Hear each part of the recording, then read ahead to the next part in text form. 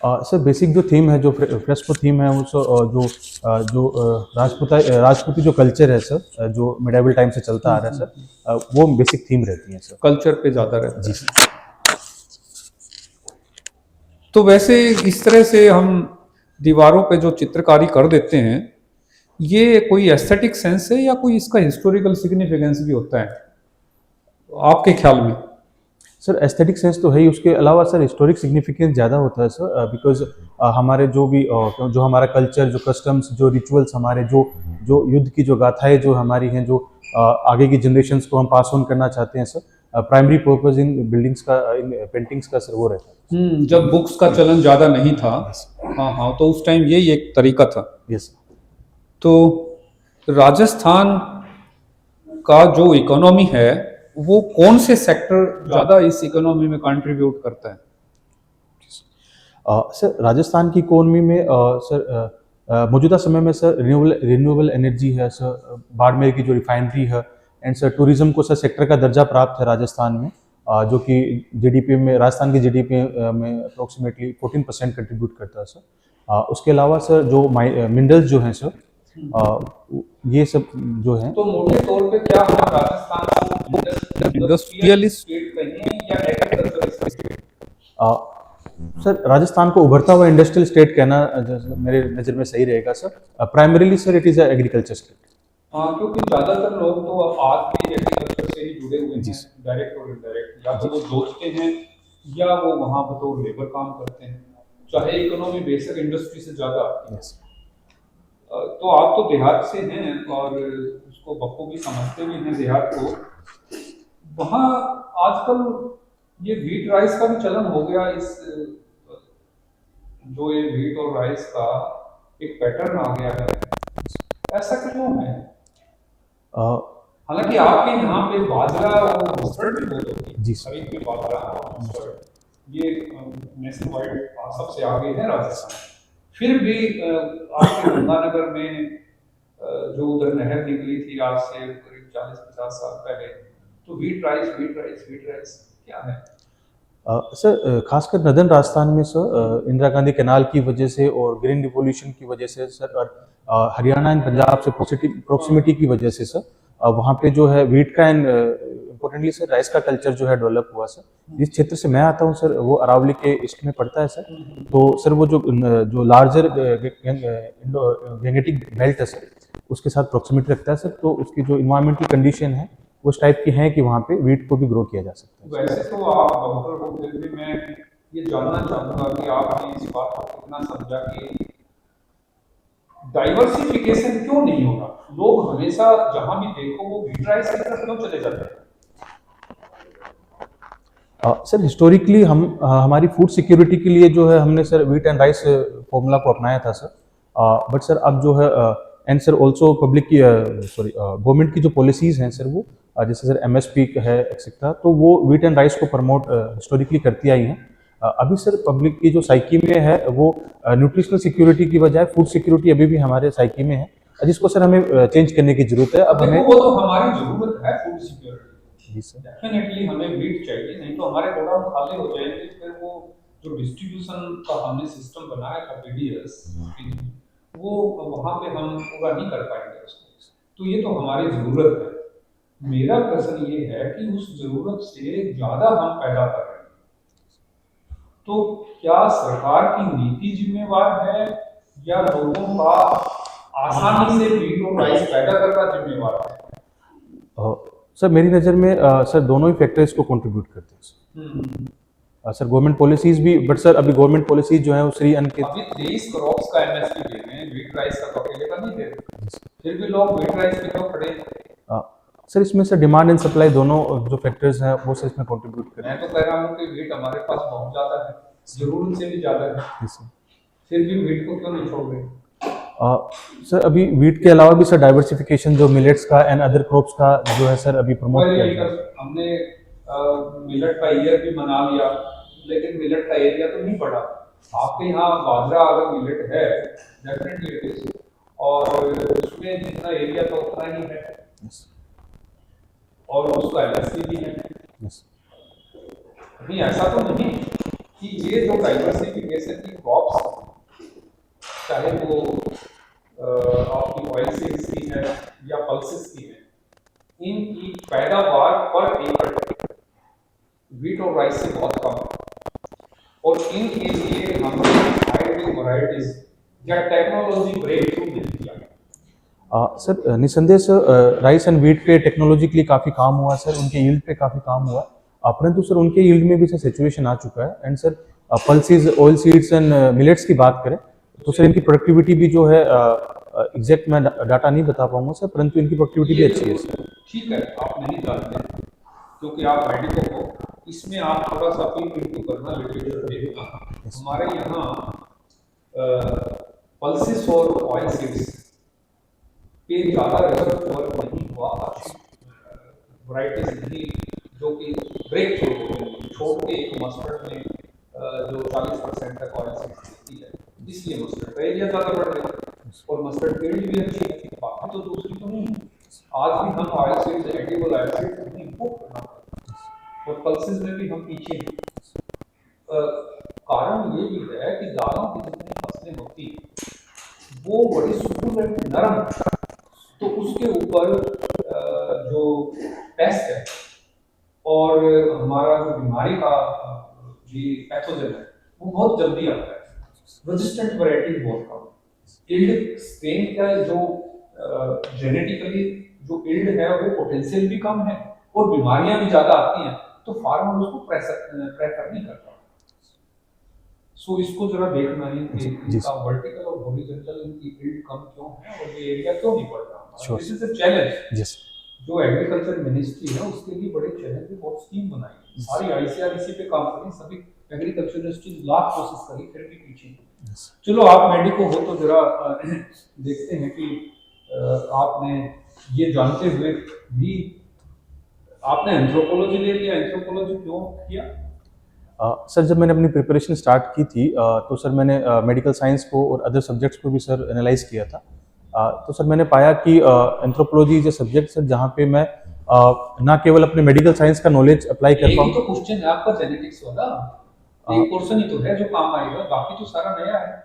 Sir actually anthropology को sir मैंने पाया this is the holistic study, और जहाँ मैं सर सिविल सर्विसेज में जा रहा हूँ सर, तो from the applicability angle. Yes alright. आपके फादर साहब रिटायर्ड हैं? Yes sir. कौन सी सर्विस से? सर पिताजी आर्मी में सर, आर्मी मेडिकल कोर्स में थे सर। अच्छा, मेडिकल कोर्स। अच्छा, आप तो आर्मी बैकग्राउंड से हैं।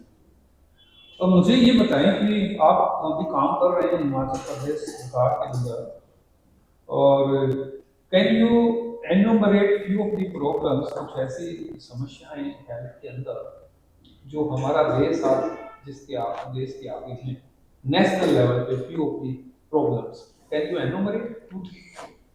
सर इंफ्रास्ट्रक्चर वाइज बात करें सर, तो हमारा जो मेडिकल इंफ्रास्ट्रक्चर है, हेल्थ इंफ्रास्ट्रक्चर है सर, वो पीएचसी लेवल पे जो ग्राउंड लेवल है उस पर सर इतना रोबस्ट नहीं है sir. Availability of doctors and availability of drugs and other infrastructure sir, उसका एक इशू है। एंड सर इस वजह से जो हमारे टर्शरी सेंटर्स हैं उन पर सर ओवर क्राउडिंग है, तो वहाँ पे जो है चलो एक तो इंफ्रास्ट्रक्चर हो जी गया, सर, ठीक है।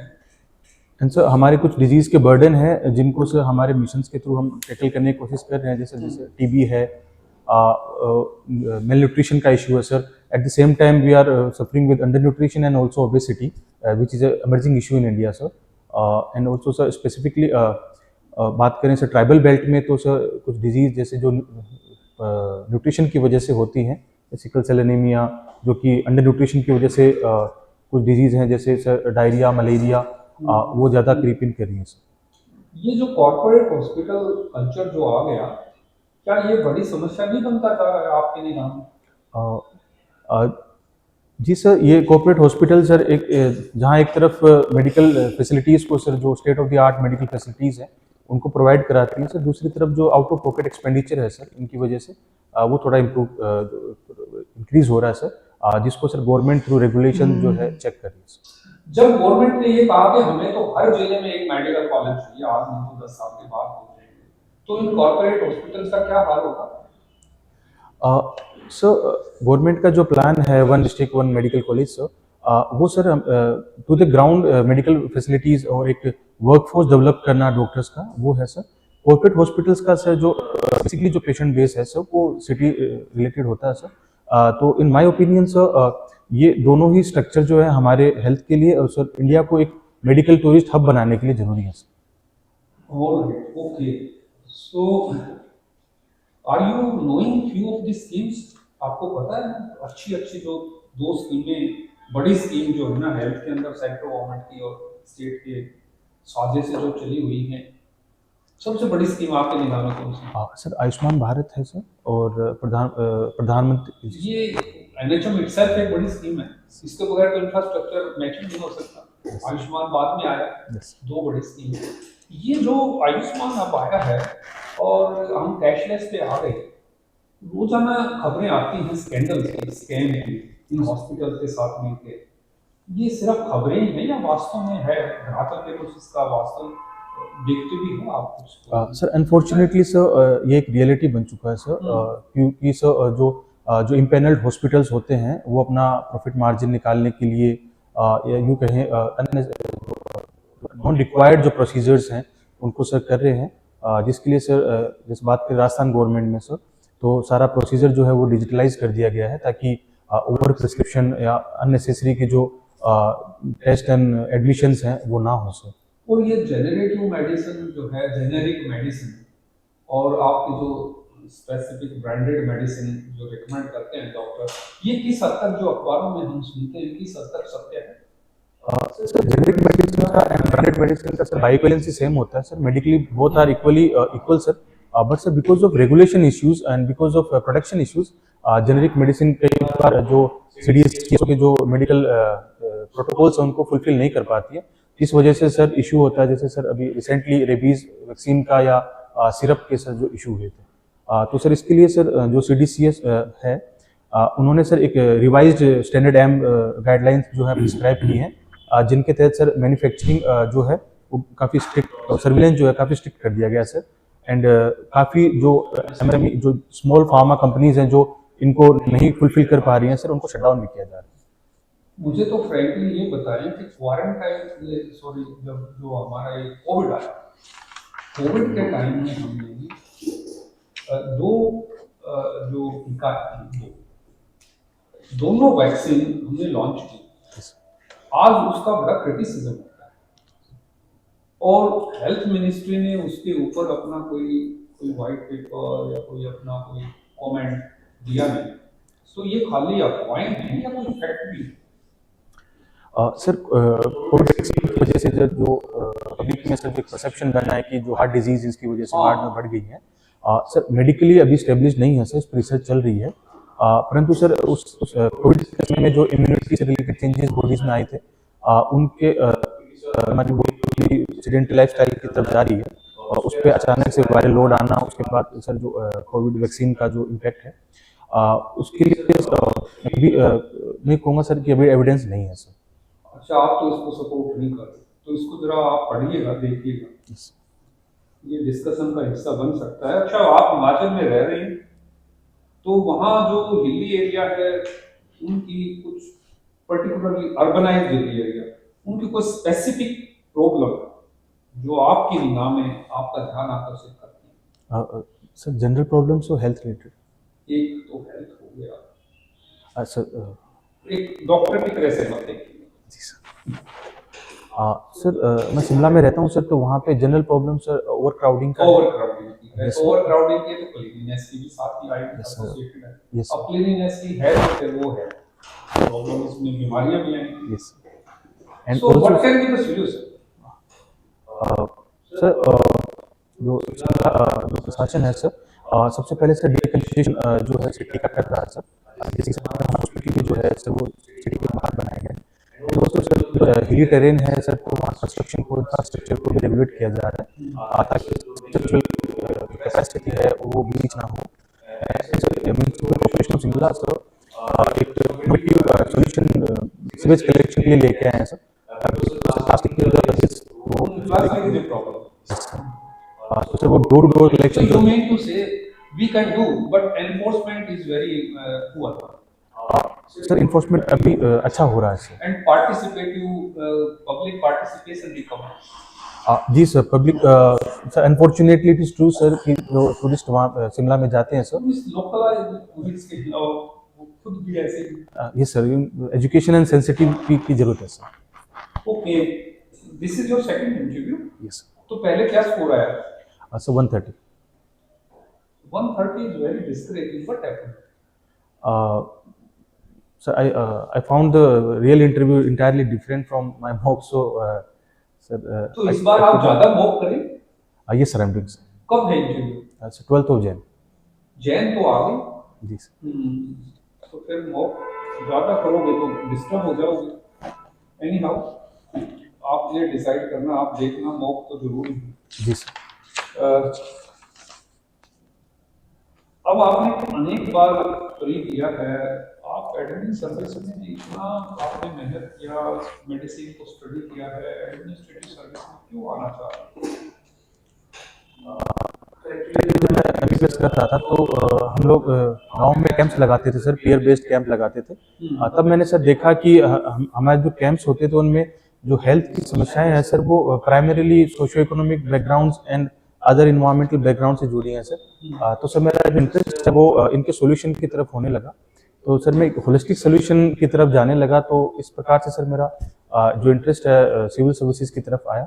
एंड सो आपका अर्थ ये है, जब आप इस सेवा में आ जाएंगे तो आप अपना मेडिसिन का नॉलेज अप्लाई कर पाओगे। यस ये आपने अपने डैप में लिखा है कि मिलिट्री स्कूल, ये मिलिट्री और सैनिक स्कूल में क्या फर्क होता है? सर इंडिया में 5 राष्ट्रीय मिलिट्री स्कूल्स हैं सर, जिनको मिनिस्ट्री ऑफ डिफेंस गवर्न करते हैं सर। उनको कौन करता है? सैनिक? सर मेरी जानकारी में उनको मिनिस्ट्री ऑफ होम अफेयर्स करते डिफेंस से दोनों ही डिफेंस। दो बने डिफेंस। हैं। Sorry sir. तो जरा देखना इनमें फर्क क्या है, क्योंकि डैफ का है ना, तो आपको ये should be well prepared on it. चलो वो 80 हैं, ये 5-7 हैं, तो इनके स्टैंडर्ड्स भी ज़्यादा होंगे, बजट भी इनको ज़्यादा मिलता होगा, कुछ ना कुछ तो फ़र्क रहा ही होगा। फिर उनके सिलेक्शन क्राइटेरिया में फ़र्क होगा, एडमिशन्स में फ़र्क होगा, अगर उनके को ट्रेनिंग में भी फ़र्क होगा या समथिंग। अच्छा, आपने बॉक्सिंग भी किया, गुड, ओके। और एनसीसी भी। अच्छा, एनसीसी का मोटो क्या है? सर माफ़ी चाहूँगा, अभी मैं रिवाइज नहीं कर अच्छा, पाया। नहीं ये देखना जरा अच्छी तरह से देखना, और कौन कौन सी एनसीसी में एक्टिविटीज आप करते थे वो तो आपको ही पता है। तो वो एक्टिविटीज जो हैं, उन्होंने आपको आपकी पर्सनालिटी को शेप करने में क्या मदद की उन एक्टिविटीज में? सर एनसीसी में दो जो प्राइमरी एक्टिविटीज़ होती हैं sir, discipline and sir social जो एक्टिविटीज़ होती हैं सर। सर तो सर मैं बताना चाहूँगा कि सर एनसीसी से मैंने सर डिसिप्लिन सीखा है sir, and also from my military school background sir. I am a discipline person in my life. सुबह कितने बजे उठते हो? जी सर, सुबह कितने बजे उठते हो? 5:30 सर। हाँ, ओके। और आज भी कुछ फिजिकल वर्कआउट करते हो? सर अभी दिल्ली शिफ्ट होने के बाद 2 दिन से नहीं कर पा नहीं, रहा। वैसे जी सर। जी सर, मैं रेगुलर फिजिकल। बॉक्सिंग भी कहीं काम आती है लाइफ में?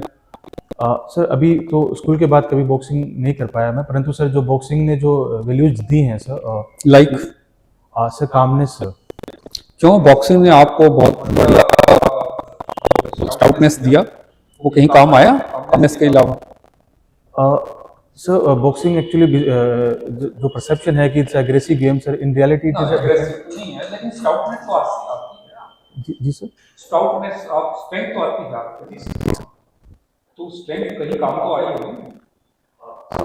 आपके एज ए डॉक्टर तो सारी काम आती है, दिन भर आप खड़े रहते हो, दिन भर काम करते हो, तो सारी काम आई ना वहां पे। डॉक्टर का तो मजबूत होना बहुत जरूरी है। यस एक फ्रेल बॉडी के साथ अच्छा डॉक्टर नहीं बन सकता, और ऑर्थोपेडिक्स तो बिल्कुल ही नहीं हो सकता, सर्जन भी अच्छा नहीं हो सकता। अच्छा, आप पोइट्री भी करते हैं? Yes sir.